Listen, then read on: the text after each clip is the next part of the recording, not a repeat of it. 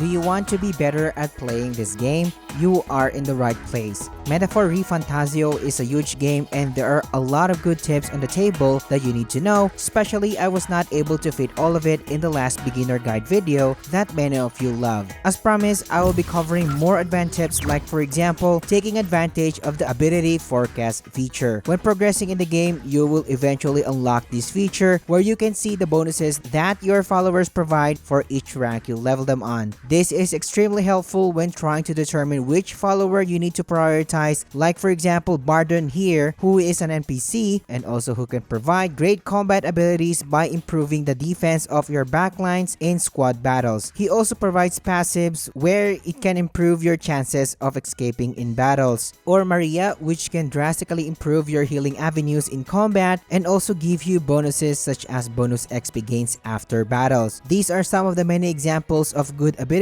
so take the time and use the ability forecast feature and see whose followers you should be prioritizing in your limited free time. You've probably heard that the merchant archetype a lot by now since it is one of the best archetypes later on, not just in farming but also in combat. Its basic gold attack has a high chance of dealing critical hits and dealing almighty damage in the process, increasing your damage in general compared when using to other archetypes because you will be scoring a lot of critical hits. It also increases your item drop rates and improves your item's potency. If you're not grinding in this game, every consumable counts. Like for example, using Fairy Dust will heal 75 HP for each party member instead of 50 points thanks to the passive ability of the merchant. The Faker, on the other hand, is another archetype that you want to get your hands on. If you are new to Atlus or Persona games, you might overlook debuffing abilities and only focus on attack or defense increasing buffs. But debuffs play a huge role in Atlus games. You can start playing with the basic ones such as the Tarunda, which decreases one's enemy attack, useful when fighting a strong boss and increasing your survivability. While Rakunda, on the other hand, lowers defense, which can increase your damage dealt to targets, or even removes enemy buffs by using Dekaja. By raising Faker, you can pass on these great debuffing abilities to other archetypes. So don't sleep on the merchant and Faker as it can be one of the best pairings in early to mid game. Speaking of archetypes pairings, synthesis abilities are some of the best abilities in the game. Synthesis abilities are accessible depending on what archetypes are available in a certain formation. Let's use the merchant and Faker that we just talked about and combine with a healer lineage archetype, which is cleric in this example. With this setup, you can inflict attack or defense debuff on multiple targets or even apply attack, defense, hit, and evasion debuff on a single turn by using the debilitate synthesis ability. There are a lot of great synthesis abilities in the game and oftentimes this is one determining factor of what archetypes you are going to be using in a formation, so take the time to check the synthesis tab of a certain archetype and study them and decide which are the ones that you're gonna be including in your formation. The Knight lineage or archetypes can offer a lot of value to your party. Obviously, it is designed to tank hits because of its high endurance and its main skill Knight's Proclamation can aggro enemies for one turn while being resilient while getting soaked from the damage. But to be more tanky, be sure to place the Knight Bearer in the back formation before using the Knight Proclamation to even lessen the damage it receives. There are a lot of ways that you can manipulate enemy turns by using the Knight archetype, which is better to discuss in another time. So don't sleep on this archetype as well, especially in the endgame. Did you know that you can actually increase your luck permanently in this game by just using the bathroom in your Gauntlet Runner? Every day, make it a habit to use the bathroom for a free 100 XP, and when Idol's Day comes, using the bathroom increases your luck stat by 1. If you haven't watched my beginner guides, which I will be linking in the description or in the card here, luck stat affects your chances or dealing with critical strikes. I just hope that I can also increase my luck in real life while using the bathroom. If this guide is providing you value so far, subscribing to the channel, liking the video, and engaging in the comments helps me a lot and I appreciate your support.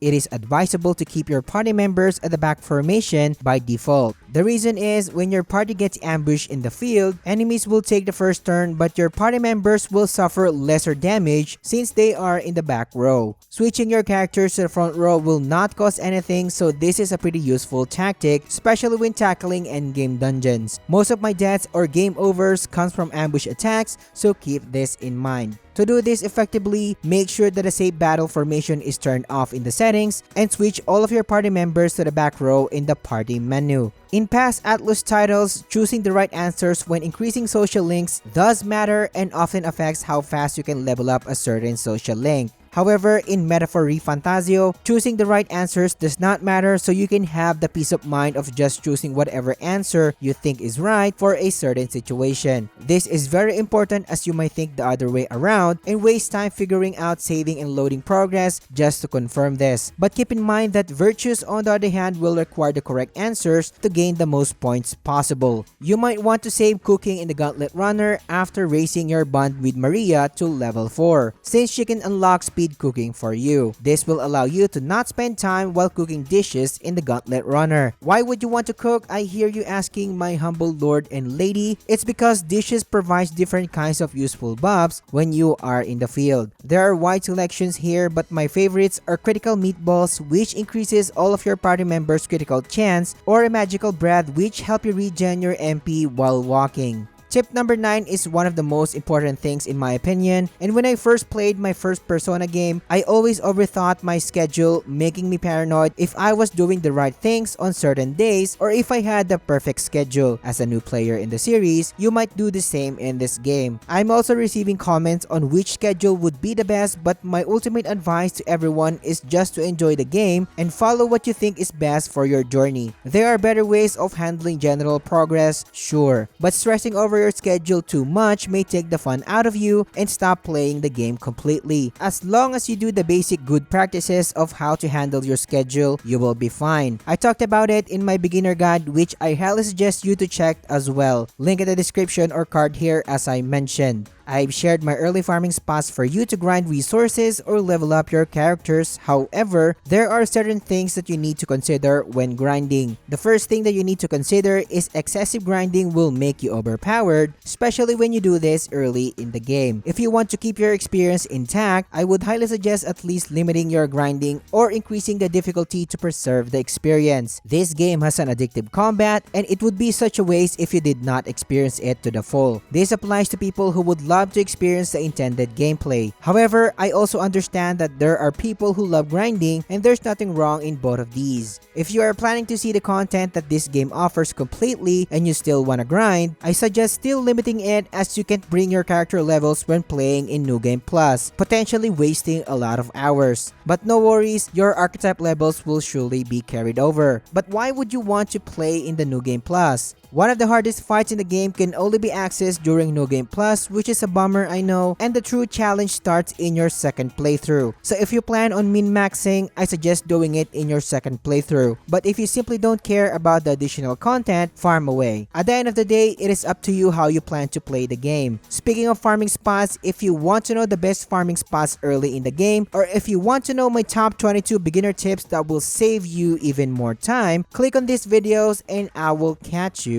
on the next one.